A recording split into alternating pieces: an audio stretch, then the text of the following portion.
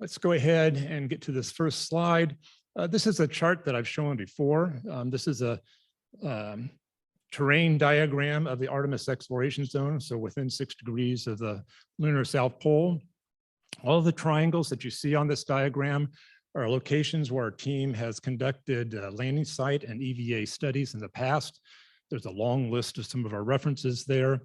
This is an area, of course, of interest to the entire community. And so there's a lot of colleagues also involved in these studies, and I note a couple there.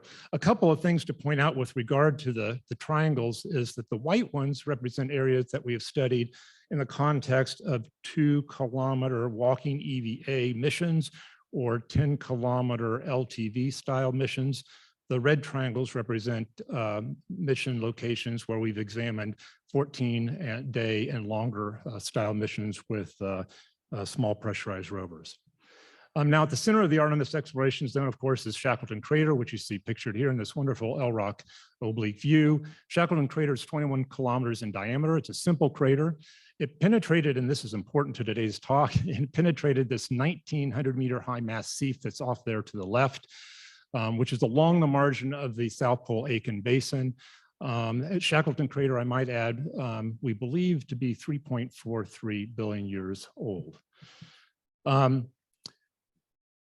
Yamamoto et al. In 2012 detected pure anorthosite in the walls of Shackleton Crater, which is, we presume, to be representative of massif material underneath that ridge that's off to the left.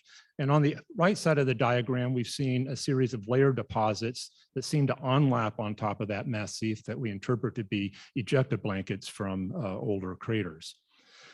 This is a wonderful oblique view of that target region that Valentin Bickel produced for our team. You can see the South Pole SP for point of reference, and Artemis potential landing site 004 and site 001. In today's presentation, I want to focus on site 001, which is on that ridge that is the summit of that massif that Shackleton Crater cross-cut. I want to talk about this in the context of the Artemis 3 lander. This is the SpaceX system and the requirements that this system has been designed to meet. Per the Human Landing Site Systems Requirements document, this vehicle needs to have a landing accuracy within 100 meters of the targeted landing site. It has to land and produce a vertical orientation from 0 to 8 degrees. That's the threshold, and ideally 0 to 5 degrees. Potentially, the vehicle can land on a steeper slope if it has a self-righting capability. But for today's talk and today's results, I want to be conservative and limit our search for landing site locations that are on slopes 0 to 8 degrees and at least 100 meters from slopes of 8 degrees or greater. So this is that same region. You can see that that is site 001 on the summit of that ridge that Shackleton cross-cut. All of those red polygons are areas that meet the HLS landing site requirements that SpaceX is supposed to meet. And you can see that there are limited areas within the region that can accommodate a safe landing per those requirements. This is a bearing capacity map that we've produced before for that region. And I realize here that I don't have the scale on here, but in general, all of the darker blue regions, particularly those around site 001, are perfectly traversable by crew and by any robotic element. We've also calculated Earth visibility from that location, and that white ellipse are the sites around 001. And those sites have Earth visibility 54 to 58% of the time, which means there would be direct line of sight communication with Earth. Now I've zoomed in on those 7 polygons around site 001. These are all, as I said, suitable and meet the requirements for the HLS SpaceX Artemis 3 vehicle. This being a slope map, all of those dark regions represent slopes that are safe for human operations. That is, they're relatively flat, all within a 15-degree limit, and most of them are 0 to 5 degrees. This is a close-up look at those 7 landing polygons. And I want to point out a caveat to the outline of those polygons. The LOLA data used in this analysis do not resolve some hazards within the polygons. And I want to draw your attention to site 6 or location 6. There are 2 small impact craters and a boulder within that polygon that a vehicle would have to deal with if it landed within that polygon.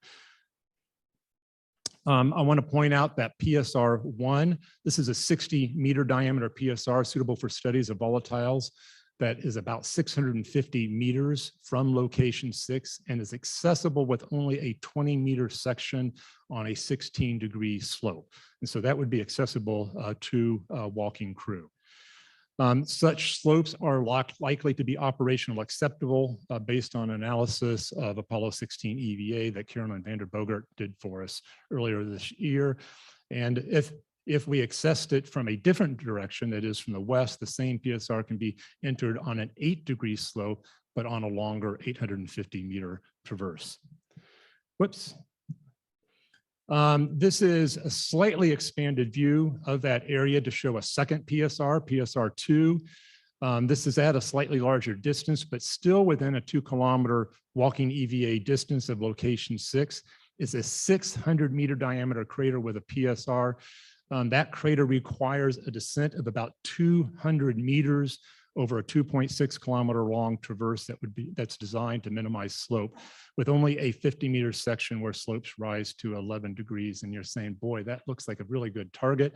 For those of you who have been with me to Meteor Crater, I just want to point out that 200 meters depth is the depth of Meteor Crater. So it's a little bit of a challenging hike, even if the slopes are low. 3 minutes. Thank you. Other geologic targets, that is in addition to those PSRs that crew could potentially investigate, is the Shackleton Ejecta that blankets the ridge. That ejecta potentially includes Shackleton impact melts from which the remotely estimated 3.43 billion-year-old age can be tested. And importantly, there's going to be massive material in that excavated material, like the pure anorthosite detected by Yamamoto and Goranska et al. And just one final slide about that anorthosite. This is an analysis done by Miriam Limelin for our team. She's looked at the spectra across that ridge and determined that portions of the ridge are covered with greater than 90% plagioclase. That is, it's an orthositic regolith. There is some olivine and low calcium pyroxene along that ridge, but the total iron composition is no more than 5 to 7%. And with that, I thank you.